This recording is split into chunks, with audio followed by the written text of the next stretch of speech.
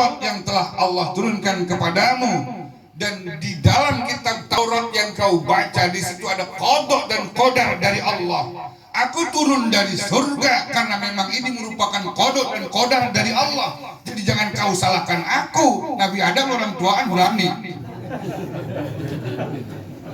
Iya, kalau Nabi Musa emang nabi yang paling paling galak. Nabi Musa itu Masya Allah, ukuran sumur tutupnya itu diangkat 60 orang sama Nabi Musa diri-diri dia. Galak Nabi Musa. Galak. Dia mau gambar bener dia mah. Makanya kalau ada karakter Ustadz Kiai galak, nah itu berarti masih Musa no contohnya no. Ya. Kalau ada kiai misalkan pinternya luar biasa no. Itu dia Nabi Idris no. Baca mulu kerjaannya. Nabi Idris kan manusia yang pertama kali bikin pakaian, penjahit, desainer itu. Itu kerjaannya Nabi Idris tuh. Makanya beliau karena pinternya sampai gini hari udah nongkrong di surga. Nabi Idris tuh, ya. Jadi masing-masing karakternya Pak, karakter. Nah ini. Nah kita masih bilangin iblis dulu deh ya. Nah ini kemudian Al-Khannas mendarah daging pada setiap manusia. Makanya dia selalu bersembunyi. Sembunyinya di mana? Di balik aliran darah manusia. Makanya ketika hati manusia itu lagi lupa kepada Allah, lagi alfa mengingat Allah, tidak ingat Allah, dia akan mendominasi hati manusia. Ketika ada omongan di dalam hati kita nih, apa aja kita kata, itu namanya lummah. Dalam bahasa tasawuf itu namanya lummah. Lummah itu artinya bisikan. Ada dua nanti di situ, ada lummatul malaikah, ada lummatul syaitan. Lummatul malaikah artinya bisikan malaikat. Ketika ada dominasi malaikat di dalam hati manusia, pasti badan kita itu buat ibadah gampang. Tapi kalau sedang ada dominasi setan di dalam hati kita, berarti itu namanya lummatus syaitan, dan itu yang bikin kita males ibadah. Ini yang dikatakan grafik iman itu turun naik. Jadi al-iman yazidu wa yanqus. Iman itu siklusnya turun naik, bertambah dan berkurang. Kalau bertambah berarti pada saat itu di hati kita sedang ada dominasi malaikat. Semangat ibadah kita itu luar biasa. Subuh misalkan jam 4, jam 2 udah jalan. Jalan kemana itu dia? Pasar kali. Pasar itu ya, ada nasi uduk sono di pasar. Itu berarti grafik imannya lagi naik gitu. Lagi tinggi itu berarti. Tapi kalau lagi ada dominasi malaikat di dalam hati, di dalam hati manusia ada dominasi setan, malesnya luar biasa. Subuh 8:30 dan pakai kunut lagi, ketahuan gobloknya. Ya saya ajarin, kalau yang punya mertua baru, mantu baru, kesiangan, terus sembahyang subuh, lu jangan pakai kunut. Maksudnya apa? Jangan pakai kunut bukan berarti tangan lu jangan angkat. Tangan gak usah diangkat. Allahumma hdini fiman hadait. Begini aja nih. Iya, begini aja. Angkat tangan hukumnya sunnah. Lega. Jam 9 Allahumma hdini fiman hadait. Ketahuan gobloknya ntar. Hdini fiman hadait. Begitu ya. Imam Malik kan kunut juga Pak. Teman Imam Malik kan kunutnya bukannya habis ruku dia mah. Habis baca surah selesai sebelum ruku dia kunut. Imam Malik kata siapa Imam Malik kata kunut subuh. Subuh kunut dia. Lihat mazhabul arba'ah coba ya. Nah, jadi itu grafik iman turun naik. Dominasi tergantung malaikat apa setan. Ini harus kita pahami ini. Ini yang ambil peranan di dalam diri kita namanya setan dari suku Khannas. Tuh Khannas. Khannas itu abangnya Hama. Kalau Hama, sebetulnya ini saya mau sampaikan kemarin di Maulid. Jadi kemarin jadinya ini. Kalau Hama Pak, itu setan yang memprovokasi terjadinya pembunuhan Qabil Habil. Qabil dibunuh oleh Habil. Itu provokatornya setan dari suku Hama, cicitnya iblis. Sehingga si Qabil harus dibunuh oleh Habil. Tapi kemudian ini si Hama, dia merasa bersalah. Ini saya salah, kata si Hama, saya harus bertobat. Ini ada setan yang pertama kali bertobat. Ini kalau mau tahu ntar kalau ada kuis di Indosiar, siapakah nama setan yang pertama kali bertobat? Namanya Hama. Ini nanti gara-gara dia nih jadi ada surah jin. Ya. Cuman kalau saya runtunin panjang ini. Dari Hama itu kan di eranya Qabil Habil. Nah, terus turun ke bawah kan masih lama. Tapi saya singkat aja nih ya, biar tahu, biar ngerti nih. Jadi Hama bertobat. Di zaman Nabi Idris dia bertobat. Kata Nabi Idris, kalau kamu bertobat jangan nama saya. Umat saya kagak banyak. Takut kurang resmi pertobatannya. Kalau bahasa kitanya begitulah kira-kira. Nanti kamu bertobat saja di zaman Nabi Nuh. Nabi Nuh umatnya udah banyak. Walaupun sisa umatnya Nabi Nuh itu cuma 70, Pak. 70 di perahu itu 70 orang, mana laki semua. Yang ada anaknya Nabi Nuh 3 sama bininya Nabi Nuh. Berarti 8, 78. Udah gitu Nabi Nuh bininya brengsek lagi. Nabi Nuh bininya siapa namanya dah? Nggak tahu ya berarti ya. Kalau di kampung saya ada Nuh namanya Hazami bininya. Seperti itu. Ada kenal namanya Walihah. Bininya Nabi Nuh itu namanya Walihah. Dia kafir tuh. Nabi Nuh. Anaknya juga kafir. Nah Nabi Nuh ini punya anak 4. Yang satu si Kan'an kan udah mati duluan tuh.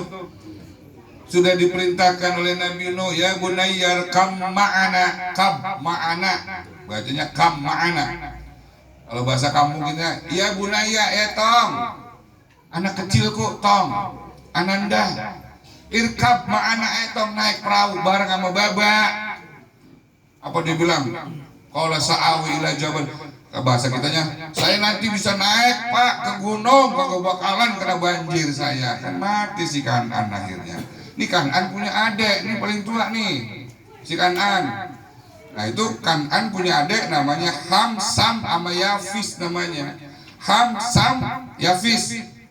Ham, Sam, Yafis. Sam nanti yang akan mendapatkan nurun nubuwah titipan dari Nabi Adam. Ini Sam.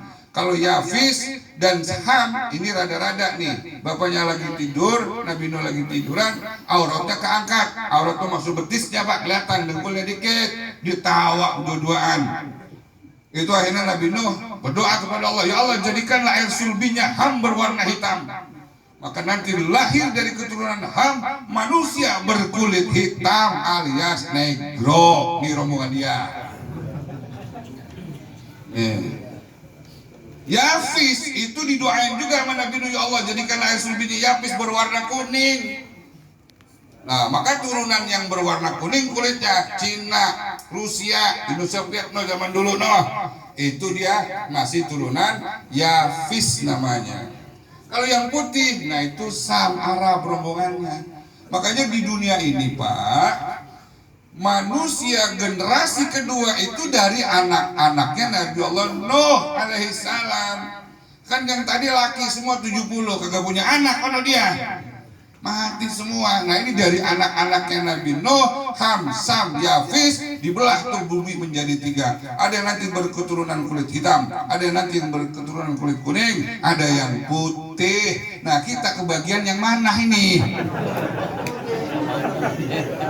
Putih kagak, kuning kagak, hitam banget ya kagak. Sao. Ya itu nanti itu pokoknya bagiannya dari 3 manusia itu jenisnya itu. Nah di zaman Nabi Nuh tuh si Hamah datang tuh minta maaf, saya dulu membunuh atau yang memprovokasi terjadi pembunuhan Qabil Habil. Kata Nabi Nuh, sembahyang kamu, sujud kamu 2 rakaat. Karena waktu itu kan Pak sembahyang cuma 2 rakaat. Nabi Adam tuh sembahyangnya Nabi Adam kagak 5 waktu, cuma sewaktu, itu pun cuma subuh doang. Nabi Adam itu loh. Makanya si Hama bertobat disuruh sujud 2 kali sama Nabi Allah Nuh alaihissalam. Sujud dia bertobat deh tuh. Cuman kata Nabi Nuh, nanti kalau ada nabi yang lain kamu juga harus menyatakan diri bertobat. Datang Nabi Musa, dia menyatakan diri bertaubat. Datang Nabi Isa, dia juga menyatakan diri bertaubat. Dan ketika sudah sampai pada masa Nabi Isa, si Hama ini diarahkan oleh Nabi Musa, oleh Nabi Isa. Jadi Nabi Isa itu kan Pak, antara Nabi Musa dengan Nabi Isa dengan Nabi Muhammad itu jaraknya kan jauh tuh. Nabi Muhammad ke Nabi Isa, Isa ke Nabi Muhammad itu 600 tahun. Kemudian dari Nabi Isa ke Nabi Musa itu 800 tahun. Itu lama itu jaraknya, tapi memang dia terus menunggu dan akhirnya dia berjumpa dengan Nabi Isa. Kata Nabi Isa, nanti di akhir zaman akan lahir seorang nabi akhir zaman, penutup dan segala nabi. Kau juga harus menyatakan diri masuk Islam di sana. Jadi si iblis ini gak mati-mati. Hama dari zaman Nabi Adam sampai ketemu Nabi Muhammad, gak mati-mati dia, sampai akhirnya dia berjumpa dengan Nabi kita Muhammad Sallallahu Alaihi Wasallam dan dia belajar Al-Quran.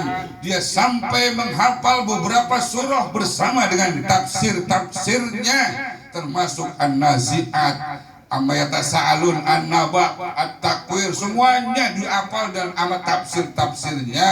Inilah si Hama, dan dia nanti yang menjadi proklamator turunnya surah jin buat makhluk bangsa jin gitu. Itu kalau Bapak bisa baca kitab, ada namanya kitab Imam Ibnu Asakir Pak, judulnya itu Tarikh Sam gitu. Itu ada di situ tuh dijelasin tuh, sampai akhirnya dulu pernah ada manusia Pak kencing sembarangan. Ketika kencing sembarangan, bukan kencing sembarangan, maaf, dia lagi ada di satu hutan, dia lihat ular hitam langsung dimatiin sama orang itu karena kaget. Dia bunuh itu ular hitam. Ternyata ular hitam itu adalah perwujudan dari bangsa jin. Tiba-tiba setelah dia bunuh ular hitam itu, tiba-tiba tubuhnya langsung hilang lenyap, dibawa oleh bangsa jin dan dia disidang di sono, di bangsa jin sono Pak ya.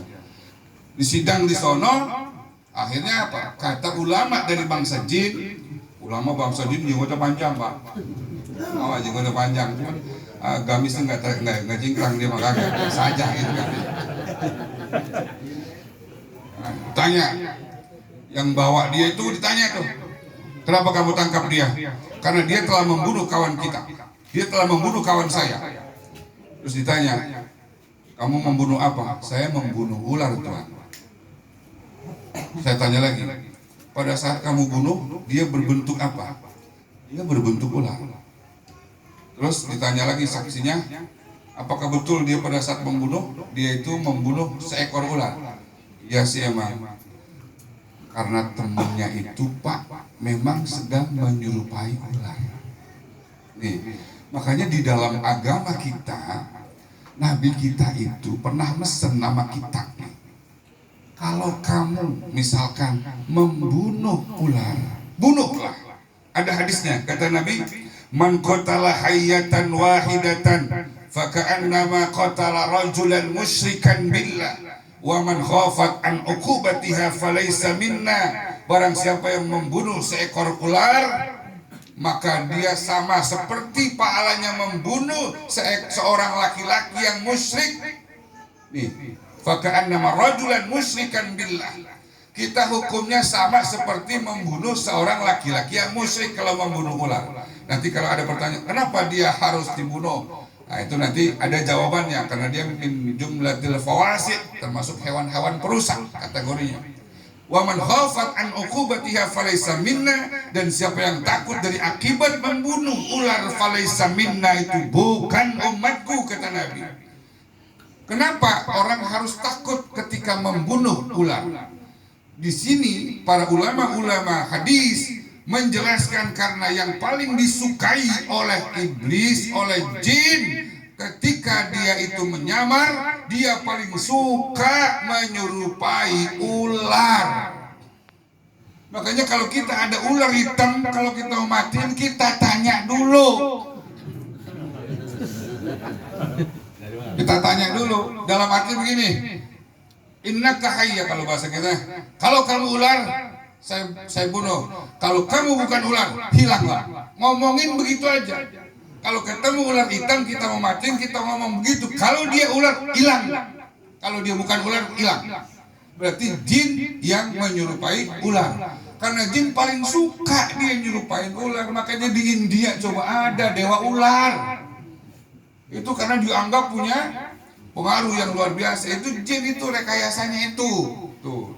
Waman khafat an uqubatiha falaysa minna, kata Nabi, kalau yang takut akibat dari membunuh ular, sebab ular itu punya sifat pendendam. Dia punya insting yang akhirnya teman-temannya bisa merasakan. Hari ini bapaknya dibunuh, itu anaknya instingnya pasti main, Pak. Di kampung saya di sana ada, di tetangga kampung saya, dia kemarin habis membunuh ular hitam, besok paginya dia digigit ular hitam dan meninggal. Itu instingnya itu jalan. Makanya kata Nabi, faman khafat an uqubatiha, siapa yang takut akibat dari membunuh ular, karena dia nanti instingnya jalan, teman-temannya bisa membantu mereka. Falaysa minna itu bukan umat. Jadi harus kita hadapin terus, begitu maksudnya tuh. Ya. Nah, di sini ada orang yang kemudian disidang dan ternyata dia dimenangkan. Kenapa? Karena yang dibunuh adalah ular, bukan sedang menjadi sosok jin, bukan. Jadi nggak apa-apa, bunuh aja. Emang tuh orang kaget sih, nggak sempat tanya lagi gitu. Kalau kita tanya, lu ular apa jin? Ya, kalau bapak-bapak paham, nah itu ngerti. Tunggu dulu beberapa menit, hilang lah. Kalau dia jin, kalau bukan jin matiin udah, gitu. Nggak apa-apa, itu. Jadi alam jin masih ada, masih ada deketan sama kita di sini, emang kita kagak lihat. Laku. Iya. Nah, itu bagaimana hukumnya menjual ular? Wah, nanti kita jawab pertanyaan ini di malam Sabtu insya Allah. Ya. Baik, Bapak Ibu yang saya hormati, sampai di mana tadi itu? Si Hama tobat itu ya intinya. Itu si Hama sampai hafal surah An-Naba amma yatasalun dia hafal sama tafsir-tafsirnya. Berarti ada nggak manusia kalah sama jin? Dari segi pengetahuan. Ada nggak di sini yang kagak hafal amma yatasalun? Apa-apa semua sini amma yatasalun? Nah, kalau ada yang kagak hafal berarti kalah sama suku Hama, sama Hama. Ya, jadi makanya ya mudah-mudahan jadi motivasi buat ngapal ya.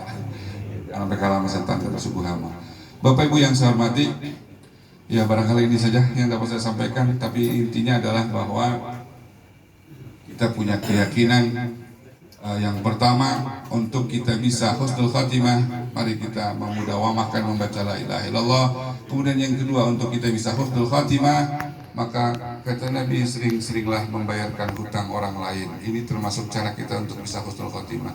Kalau ada orang utang sama kita, atau ada orang utang banyak kita bayarin, itu termasuk menyebabkan kita bisa husnul khatimah itu. Ini yang jarang ini. Kalau utang 1.000-2.000 maka kita bisa bayarin. Ini utangnya banyak, mana jutaan, mana repot juga ini.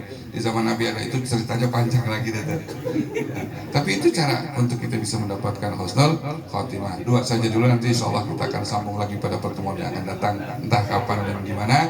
Saya rasa dari saya bila ada kalimat yang kurang berkenan mohon dibukakan pintu maaf yang sebesar-besarnya. Dan terakhir mari sekali lagi kita baca kitab suratul Fatihah. Fatihah ini kita persembahkan untuk almarhumah Ibunda Hajah Darajatul Islamiyah. Semoga amal ibadah beliau diterima oleh Allah Subhanahu wa taala. Allah jadikan kuburnya raudhah min riyadil jannah. Bitilkan ya al-Fatihah. A'udzu billahi minasyaitonir rajim. Bismillahirrahmanirrahim. Alhamdulillahirabbil alamin arrahmanir rahim maliki yaumiddin. Iyyaka na'budu wa iyyaka nasta'in. Ihdinas siratal mustaqim. Siratal ladzina an'amta 'alaihim ghairil maghdubi 'alaihim waladdallin. Amin rabbi firli wa liwalidayya amin. Dari saya bila ada kalimat yang kurang berkenan mohon dibukakan pintu maaf yang sebesar-besarnya. Yang benar pasti dari Allah, yang salah pasti dari diri saya pribadi, karenanya mohon dimaafkan. Dan saya tutup dengan ucapan syukran wa dumtum bil khairi wal barakati wan najah. Al-afwa minkum. Assalamualaikum warahmatullahi